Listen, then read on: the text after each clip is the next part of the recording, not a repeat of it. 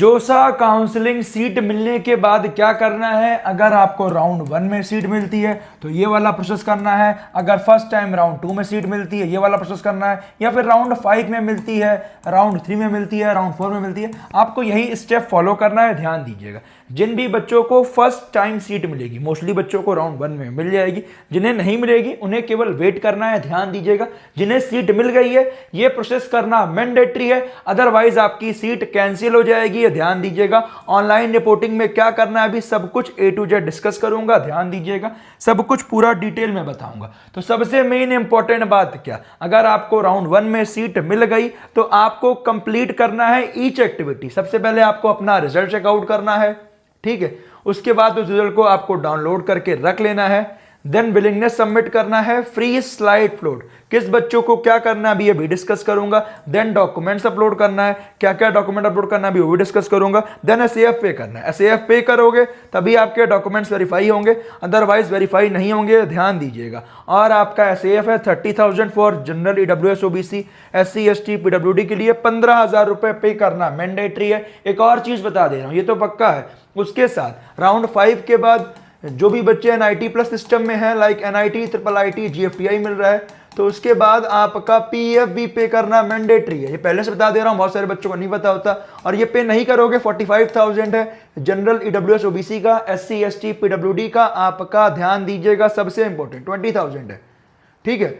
तो ये नहीं पे करोगे सीट कैंसिल हो जाएगी। ओनली IIIT NIT GFTI वाले बच्चों के लिए, IIT वाले बच्चों का ओनली SAF है। अपार्ट फ्रॉम दैट राउंड 5 के बाद उनको अपना जो IIT अलॉट हुआ है उसी में आपका रिपोर्टिंग करनी है, और आपका जो भी पैसा है उनके ऑफिशियल वेबसाइट पे आएगा, वहीं जाके चेकआउट करना है। ये आपको इसलिए बता रहा हूँ, बहुत सारा बच्चा गलती करता है। शेड्यूल की बात करें तो जो आप ध्यान दीजिएगा, अभी देखिए आपका साफ साफ मेंशन है 13 जून 10 बजे आपका रिजल्ट आएगा। उसके बाद 26 जून शाम 5 बजे लास्ट डेट है। 26 जून शाम 5 बजे आपका लास्ट डेट है फी पेमेंट करने का। इससे पहले आपको SAF पे कर देना है, नहीं पे करोगे आपकी सीट कैंसिल हो जाएगी और आप फर्दर राउंड के लिए एलिजिबल नहीं रहोगे, आप काउंसलिंग से बाहर हो जाओगे। ध्यान दीजिएगा, हाँ आप CSA भी काउंसलिंग कर सकते हैं, बट जोसा काउंसलिंग से बाहर हो जाएंगे। ध्यान दीजिएगा, और अगर आप पेमेंट आप करने का ट्राई किए और आपका पेमेंट फेल हो गया है तो 29 जून 1 बजे तक आप वो वाली पेमेंट दोबारा से कर सकते हैं। ध्यान दीजिएगा, और आप जो भी बच्चे आपका डॉक्यूमेंट्स अपलोड करते हैं, सब कुछ कंप्लीट करते हैं, और अगर आपके डॉक्यूमेंट्स में कोई क्वेरी आती है तो 29 जून शाम 5 बजे के पहले उसको क्वेरी को रिस्पॉन्ड कर देना है, उसका रिप्लाई कर देना है, कहने का मतलब सही डॉक्यूमेंट लगा देना है, अदरवाइज आपकी सीट कैंसिल हो जाएगी और फिर आप फर्दर राउंड के लिए एलिजिबल नहीं होगे। ध्यान दीजिएगा, तो कैसी क्वेरी ना आए वो सब कुछ अभी इस वीडियो में डिस्कस करूंगा। ध्यान दीजिएगा, किन बातों का ध्यान देना है और बच्चों की कहां कहां पे क्वेरी आती है वो भी डिस्कस करूंगा।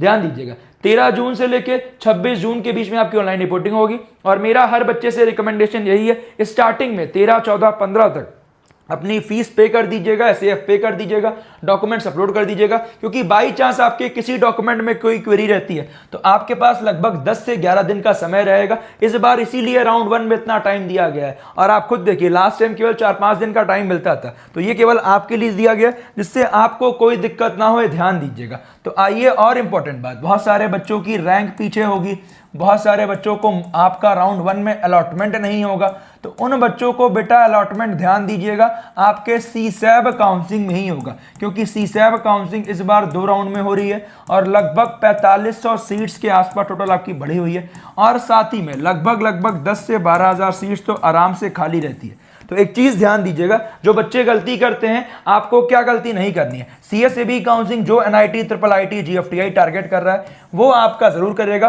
और अगर आपको हमसे करानी है CSAB काउंसलिंग तो स्टार्टिंग के 100 बच्चों के लिए आपका ऑफर रहेगा CSAB काउंसलिंग के लिए। उसके लिए आप विवॉन एकेडमी वेबसाइट को चेकआउट कर लेना।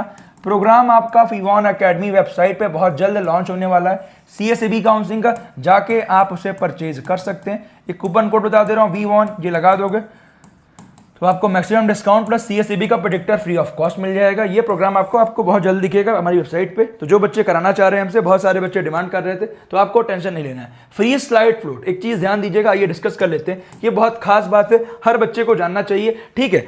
आपका ध्यान दीजिएगा क्या होता है फ्री स्लाइड फ्लोट, एक इंपॉर्टेंट बात ध्यान दीजिएगा, हर बच्चे के लिए इंपॉर्टेंट।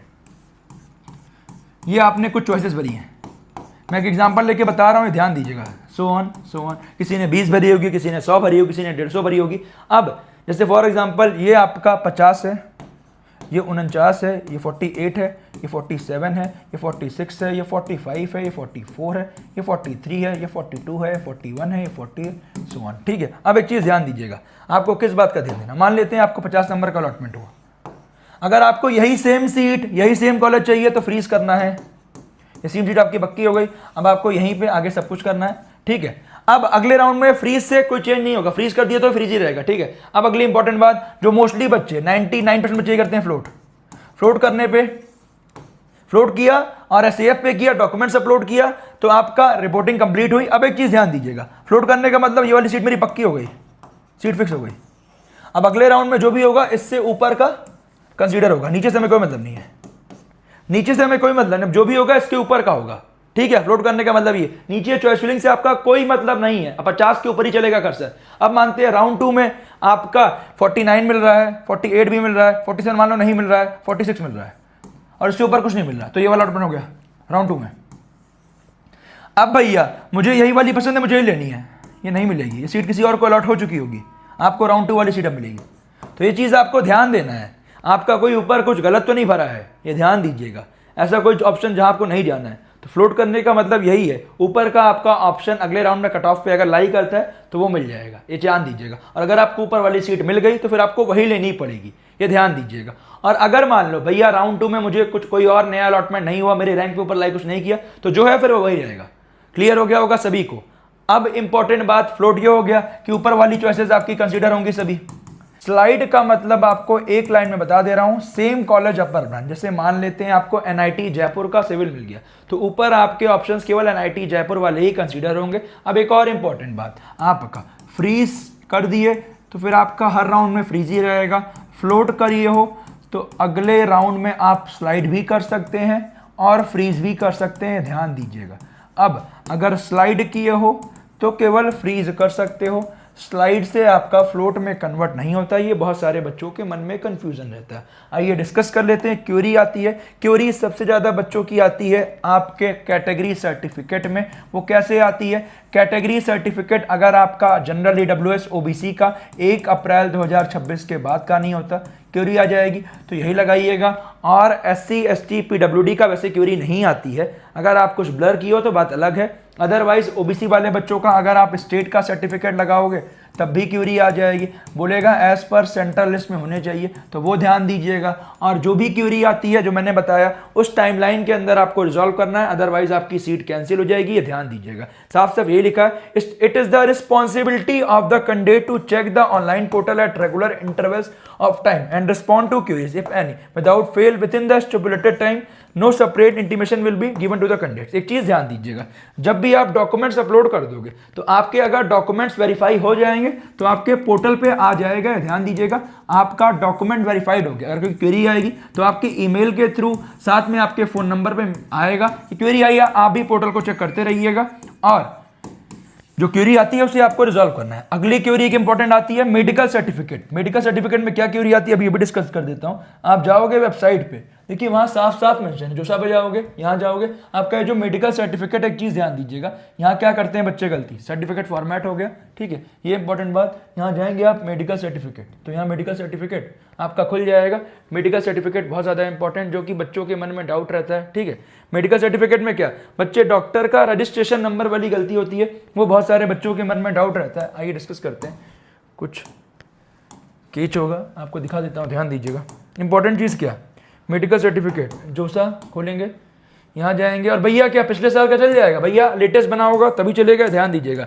ऐसा नहीं बहुत पुराना लगा दोगे, क्योंकि बेटा अभी आप एडमिशन ले रहे हो तो मेडिकल सर्टिफिकेट आपका अभी का होना चाहिए। ये देखिए यहाँ मेडिकल सर्टिफिकेट प्रॉपर सब कुछ डॉक्टर आपके भर देंगे। सबसे ज़्यादा गड़बड़ी आपको ये वाले में टिक करा लीजिएगा पहले वाले में, क्योंकि ये आपका फिजिकली फिट किसको बनवाना है भैया, सबको, क्या ओनली पीडब्ल्यूडी वाले बच्चों को, सबको बनवाना है बेटा, ध्यान दीजिएगा। Name of the doctor seal, यहाँ डॉक्टर का नाम हो जाएगा, उसके बाद यहाँ उनका रजिस्ट्रेशन नंबर हो गया, यहाँ सिग्नेचर हो गया, फिर डेट हो गया, ठीक है। ये सब कुछ प्रॉपर मेंशन रहे और उनकी सील मेंशन रहे। एमबीबीएस चाहे प्राइवेट हो चाहे गवर्नमेंट हो, दोनों चल जाएगा, बस प्रॉपर बनवा लीजिएगा, ये बहुत जरूरी है। अगली इंपॉर्टेंट खास बात ये आपका हो गया डॉक्यूमेंट्स क्या क्या अपलोड करने, तो ध्यान दीजिएगा इस बार जो अपना डॉक्यूमेंट है, एक चीज ध्यान दीजिएगा जो बच्चों के मन में डाउट है, क्लास 12 की मार्कशीट, वैसे तो अटेस्टेड, जैसे मान लो आपकी ओरिजिनल नहीं मिली है पहले मैं बच्चों से यही बोलता था कि अपने स्कूल जाइए, प्रिंसिपल के स्टैम्प वगैरह लगवा लीजिए जिससे आपकी क्वेरी ना आए। बहुत सारे बच्चों की क्वेरी आती थी भैया ओरिजिनल डालो, क्योंकि बहुत सारे लोगों का भी ओरिजिनल नहीं आया। इस बार डिजी लॉकर से आप फेच भी कर सकते हैं, जिनके पास ओरिजिनल नहीं है डिजी लॉकर लगा लीजिए, चल जाएगी, कोई दिक्कत नहीं है। अगली इंपॉर्टेंट बात, क्लास 10th की मार्कशीट लगेगी। अगर क्लास 10th की मार्कशीट में आपका डीओबी नहीं है तो डीओबी प्रूफ के लिए आपको क्या लगाना है, ध्यान दीजिएगा। डीओबी प्रूफ के लिए आप अपना डीओबी वाला डेट ऑफ बर्थ सर्टिफिकेट लगा दीजिएगा, काम बन जाएगा। Category certificate EWS, OBC, SC, ST, PWD वाले बच्चों को सबमिट करना है। बैंक अकाउंट पासबुक में अगर आपके बच्चे का नहीं है तो आप पेरेंट्स का लगा सकते हैं या किसी थर्ड पर्सन का लगा सकते हैं। ये उसलिए जैसे मान लो जो आपने 30,000 पे की है एसएएफ, वो अगर आप विड्रॉल करते हैं 7K कट के आपका रिफंड हो जाएगा, तो आपका इसी में रिफंड होगा। तो किसी नोन का ही लगाइएगा, किसी अननोन का साइबर कैफे भैया का मत लगा दिया, फिर कैंसिल चेक, ठीक है। स्टेट ऑफ एलिजिबिलिटी, बहुत सारे बच्चे यहाँ डोमिसाइल लगाते हैं, बेटा क्लास 12 की मार्कशीट फिर से अपलोड करनी है, ये ध्यान दीजिएगा। ये क्लास 12 की मार्कशीट करनी है, स्टेट ऑफ एलिजिबिलिटी में भी क्लास 12 की मार्कशीट आपका करनी है। और इसके इंपॉर्टेंट बात क्या है, एक और चीज़ है, आपका मेडिकल सर्टिफिकेट एज पर जोसा फॉर्मेट, ठीक है, मेडिकल सर्टिफिकेट भी आपका लगेगा, ठीक है। तो ये आपका इंपॉर्टेंट था। डॉक्यूमेंट वेरिफिकेशन तभी होंगे जब आप एसएएफ पे कर दिए होंगे, ध्यान दीजिएगा। अगली इंपॉर्टेंट बात क्या, बहुत सारे बच्चों की ये गड़बड़ी होती है। अगर मान लेते हैं आप एक्चुअल में जनरल हो, आपने जेई मेन के फॉर्म भरते समय ओबीसी ईडब्ल्यूएस भर दिया था, बट आपका अब सर्टिफिकेट नहीं बन पा रहा, या ओबीसी आप स्टेट में आ रहे हो, तो आपका जहां सर्टिफिकेट वाला चीज है वहां पे आप ये वाला फॉर्म लगाएंगे। In case category change from general, अगर आपकी कैटेगरी ईडब्ल्यूएस से ओबीसी से जनरल में कन्वर्ट कराना है तो फिर आपको ये वाला फॉर्म लगाना है। कहाँ से मिलेगा, आपको जाना है वेबसाइट पे, सर्टिफिकेट फॉर्मेट में देखिए यहाँ आपको मिल जाएगा, ठीक है। नीचे जाओगे, category change from OBC NCL EWS to general, या फिर आपका एससी एसटी से जनरल में होना है तब भी आपका हो जाएगा, ध्यान दीजिएगा। अगली इंपॉर्टेंट बात तो आपका ये हो गया, ठीक है। अब ध्यान दीजिएगा, ये अब देखिए वाइस वर्सा नहीं होता, जनरल से ईडब्ल्यूएस ओबीसी नहीं होता, बट ओबीसी ईडब्ल्यूएस से आपका जनरल में हो जाएगा। अब जैसे भैया क्या मेरी सीट कैंसिल हो जाएगी, अगर आपको जो अलॉटेड कैटेगरी है, अलॉटेड वो अगर ओपन से हुआ है तो आपकी सीट कैंसिल नहीं होगी। अगर भाई ओबीसी या ईडब्ल्यूएस हुई हो तो आपकी सीट कैंसिल हो जाएगी। फर्दर राउंड 2 से आप एलिजिबल रहोगे काउंसलिंग में, और जनरल से आपकी कैटेगरी को चेंज करके जनरल ओपन कर दी जाएगी, ठीक है, और आपको अलॉटमेंट ओपन से होगा, ठीक है। इसके अलावा कुछ कंफ्यूजन होगी मुझसे पूछ लीजिएगा। और अगर आपको फर्स्ट राउंड में सीट नहीं मिली है तो आपको सीट एक्सेप्टेंस फीस वगैरह पे करने का ऑप्शन ही नहीं आएगा, ठीक है।